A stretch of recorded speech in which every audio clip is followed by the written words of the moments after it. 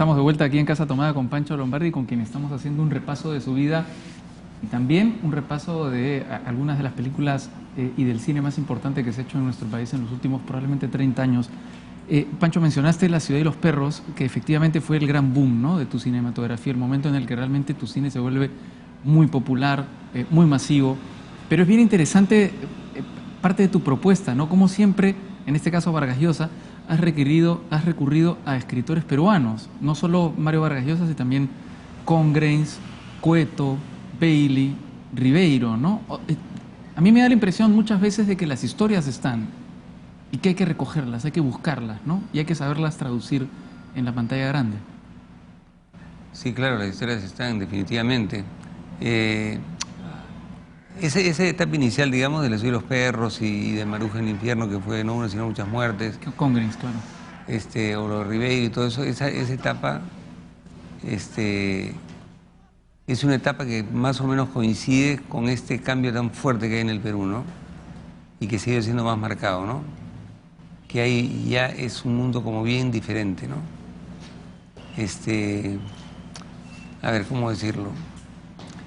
Como el cine tiene una entraña realista muy fuerte, porque en realidad cuando tú ves una película lo que tú estás viendo en realidad está ocurriendo, no es que se esté inventando, eso está pasando y está quedándose grabado algo que tiene una apariencia de realidad, pero que es una realidad absoluta, ¿no? Tú grabas una persona que está caminando de derecha a izquierda, que tiene, visualmente te produce una determinada impresión, tiene tales características, dice tales cosas, todo eso es real, ha ocurrido, ¿no? Sí. Entonces, esa apariencia tan fuerte de realidad, cuando la sociedad peruana se empieza a volver esto que es hoy, ¿no?, que es esta cosa extraña, ¿no?, que últimos en educación,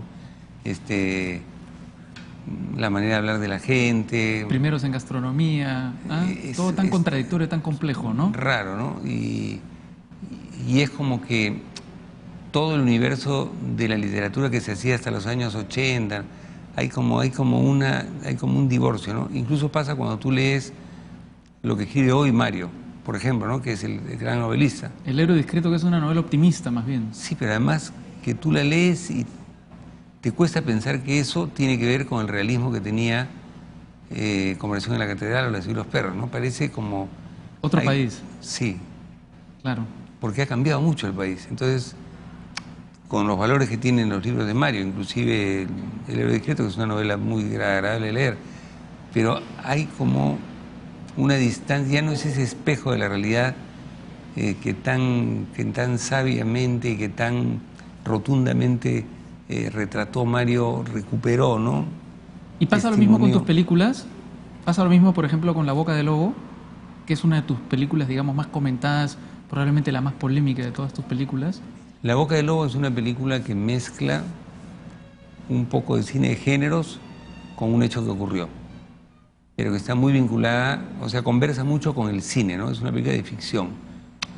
O las cosas que ocurrieron y todo eso, pero está manejada de tal manera la película que es como una película de ficción, o sea, juega a ser ficción. Suspenso, la parte final, no sabes si se va a matar uno al otro. La ruleta rusa, ¿no? Sí, tiene como la película, claro, ha tenido mucho reconocimiento, funciona bien, me la piden continuamente para festivales, para muestras.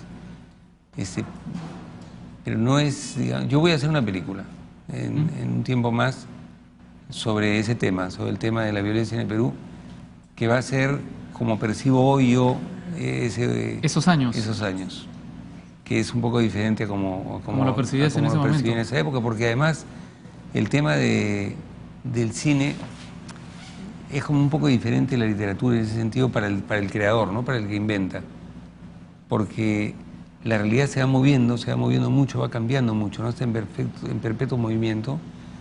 Y tú, para hacer una película, o sea, no es que te nutres de lo que pasa alrededor, sino que haces lo que está alrededor. Claro. O sea, lo que está alrededor lo estás reproduciendo porque eso es lo que está ocurriendo.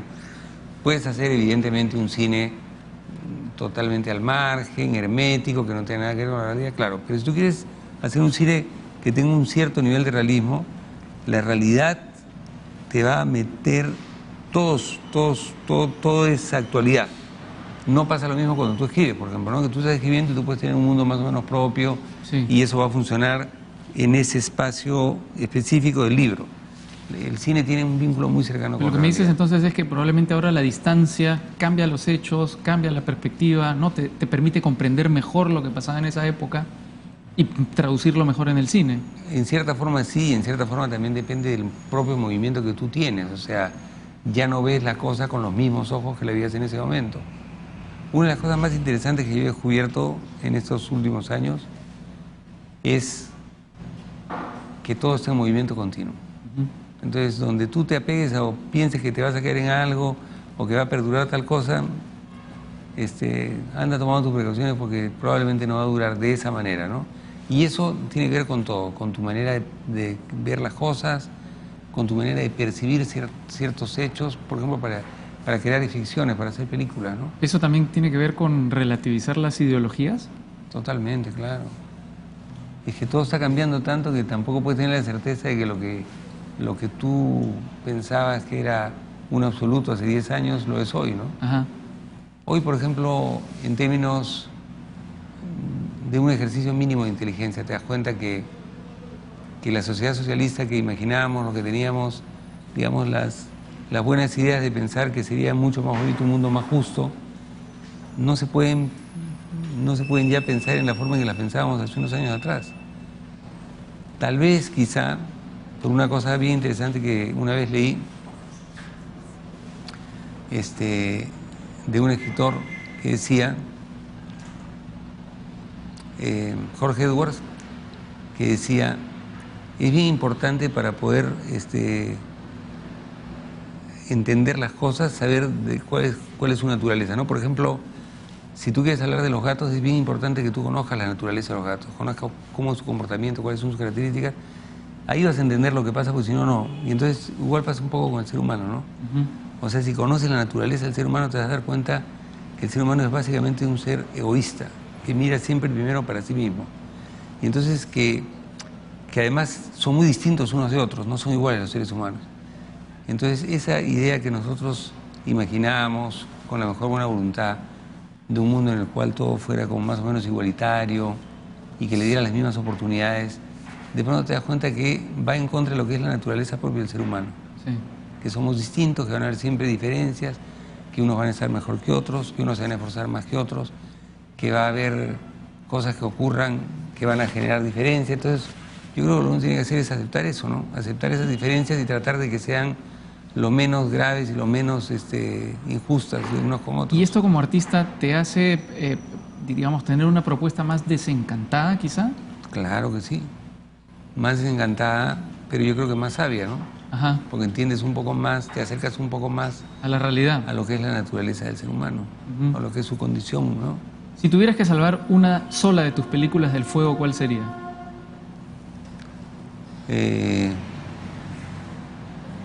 No sé. Depende de la época. Hay épocas en que te hubiera dicho La boca del lobo, hay épocas en que te hubiera dicho Bajo la piel, otras Caídos del cielo. Hay 4 o 5 que me gustan, pues entonces, Ajá. entre estas, hay una película que es poco valorada de mis películas y que es una película que yo valoro cada cierto tiempo que la veo en función de lo que pasa hoy en el Perú, ¿no? Porque me parece una película que tiene mucho que ver, que es Ojos que no ven. Ojos que no ven es una película sobre la corrupción, y yo creo que la corrupción es un flagelo que marca mucho la historia del Perú de los últimos años. Pero hoy día, si me dijeras hoy, creo que La boca del lobo. ¿Pantaleón y las visitadoras es tu película más exitosa o no? Sí, ¿no? Sí, claro, porque se exhibió en muchas partes del mundo. Ahora, esa fue una película por encargo, ¿verdad? Claro, fue una persecución. ¿Por qué? Porque me ofrecían, en esa época América Televisión tenía los derechos comprados de la novela de Mario. Y me llamaban permanentemente para decirme, mira, están los derechos. Y yo leía Pantaleón y yo decía, pero esto es imposible filmar, ¿no? Y me acordaba de la película que había dirigido el propio Mario, que no había salido nada bien, y en realidad entendía que tenía un humor y tenía como que un registro que yo no encontraba cómo podía hacerse. Claro, pero es una novela desestructurada finalmente, ¿no? O sea, no está contada de forma convencional, sino con diálogos que se van hilvanando uno tras otro y se van uniendo tiempos distintos en esos diálogos y después con partes de guerra, ¿no? Con cosas no solo muy... eso, sino que casi toda la novela son los partes que manda, los Claro. informes que manda Pantaleón. cómo transmites esos informes en una película. Pero mira, tuvimos la suerte que a tanta insistencia, un día me reúno con Giovanna Polarolo y con Enrique Moncloa, que ellos estaban trabajando cosas de televisión en esa época, telenovelas y eso. Y les comento, mira, me han ofrecido hacer esta novela y la verdad es que tenemos todas las condiciones, me dan presupuesto, un presupuesto de $1 millón, nunca había tenido una cantidad así para hacer una película. Y ellos encontraron, poco a poco fueron encontrando la fórmula, ¿no? O sea, un día me dijeron, ¿qué te parece? Y a eso le agregamos una cosa que surgió, que era que hacer de Pantaleón un personaje un poco trágico, ¿no? Un personaje un poco, o sea, más bien dramático, no, que la película empezara a tomar un lado oscuro también, ¿no? Claro. A diferencia de la novela, que es todo como medio de chiste. Y terminó siendo una película que, siendo de encargo, yo la reconozco muy mía, ¿no? O sea... Vamos a hablar después de la pausa, Pancho, del cine actual. Esto me parece muy importante, ¿no? Digamos, insisto, este cine peruano que ha estado presente en el Oscar, por ejemplo, que obtiene, digamos, reconocimiento ya no solo tú, ya no solo Robles Godoy, sino 4, 5, hasta 6 directores que están en la palestra, que son reconocidos y que están haciendo cosas muy interesantes, como algunas de las cosas de las que conversaremos después de una breve pausa aquí en Casa Tomada.